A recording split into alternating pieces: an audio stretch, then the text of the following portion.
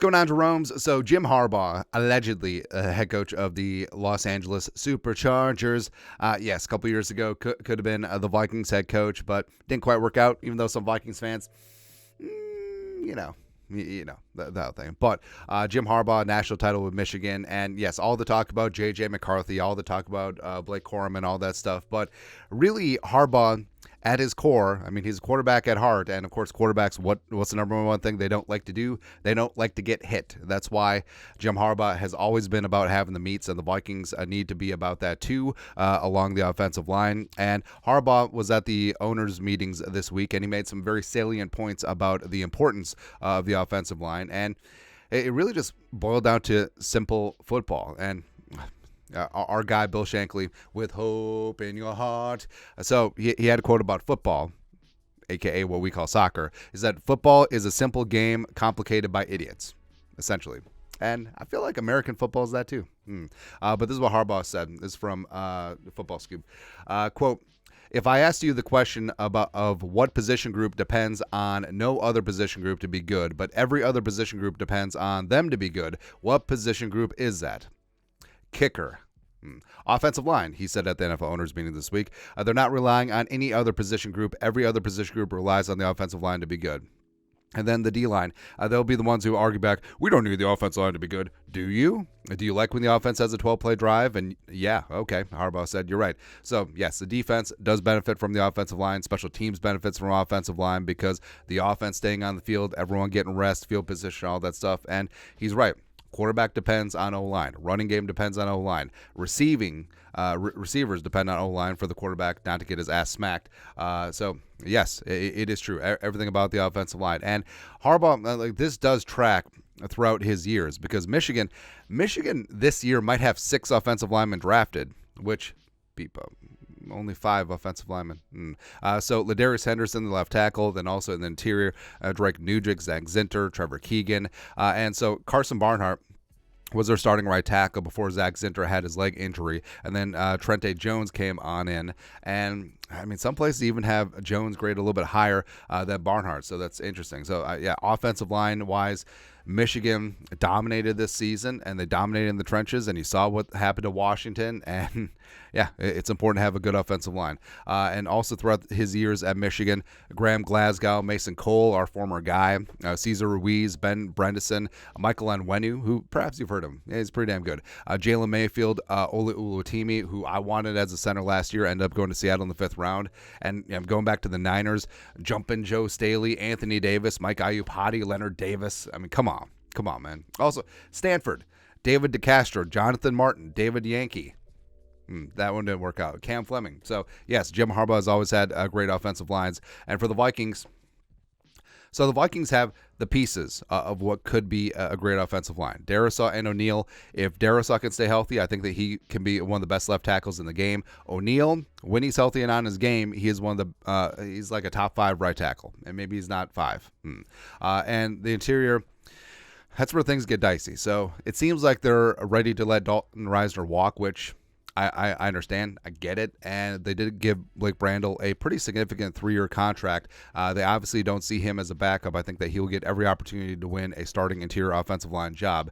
And they did allow Garrett Bradbury's guarantee window to lapse. So he's going to be on the books this season for just shy of $5 million. And Bradbury has improved greatly under new head coach Kevin O'Connell, new offensive line coach Chris Cooper, but he's had a back issue. The same back issue cost him games in each of the last 2 seasons, and he's approaching 30. So, I don't know. Ed Ingram, he played every single snap as a rookie, was not very good. Second year, improved precipitously. Hopefully, he can continue that trajectory in year 3. And the rest of it, I mean, Quisenberry is a fine veteran backup, except he's 34. Dan Feeney is a veteran swing backup, and that's really about it for the Vikings right now. So, the Vikings haven't really attacked offensive line in free agency, but they have 9 draft picks. And the 2 first-rounders may be earmarked for a quarterback and moving on up. But the Vikings do have 7 day 3 selections, and especially at the top of day 3, they can certainly get after things with the offensive line. Now, yes, defensive tackle, defensive tackle, defensive tackle. But the Vikings do need to suture up some things along the interior and make life easier for Sam Darnold, the rookie quarterback TBD. And just like Harbaugh said, everything revolves around the offensive line. And hell, if Harbaugh actually would have gotten the Vikings job, maybe the Vikings would have built a bully by now. But so we did up the interior offensive line rankings, and then we did day 3 offensive tackles where Darrisaw and O'Neal are pretty entrenched, and I don't see the Vikings going there before day 3. Also, they don't have any day 2 picks.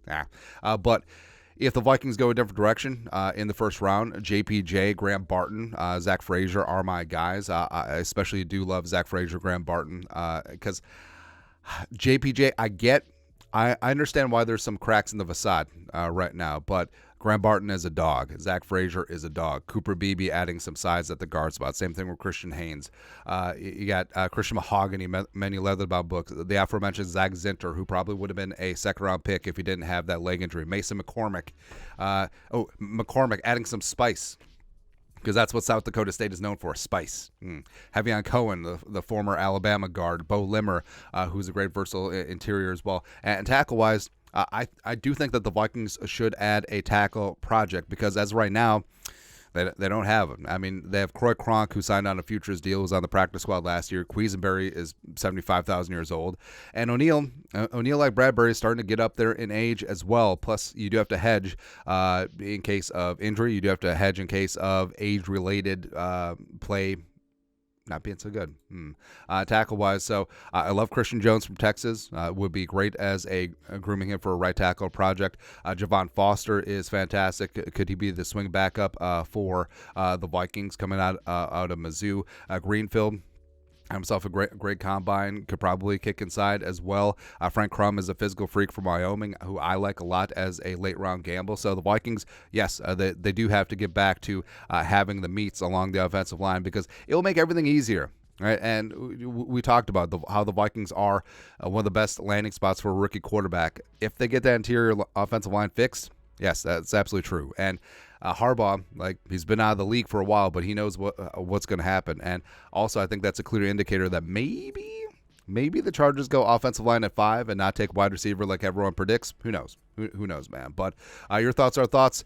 Jumping Jim Harbaugh makes some very salient points about offensive line at the NFL owners' meetings. The Vikings should listen and get back to having the meats. That's right. But your thoughts are thoughts. Let us know in the comment section below. You guys know what to do. Skull production value.